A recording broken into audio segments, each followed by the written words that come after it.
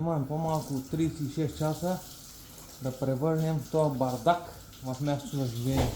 Айде групата на Шаро започна обекта, всички са на линия. Малки, големи помагачи, всичките. Айде сега да видим. Имам по-малко от 36 часа да превърнем този бардак в място за живеене. Да видим дали ще се получи и какво ще се получи. Вижте само за каква мизерия става въпрос. Вижте само за каква мизерия става въпрос. Ето.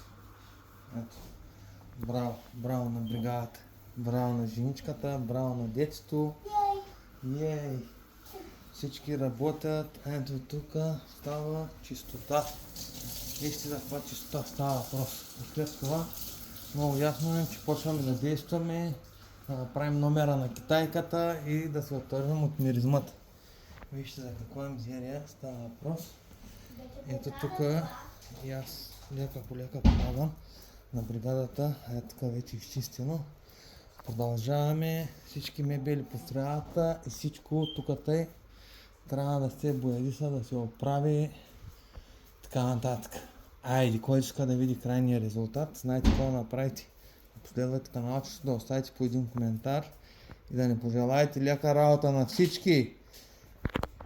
И вие като мен, през лятната ваканция, искам да учите децата на работа, а не на компютри. Айде са здрави!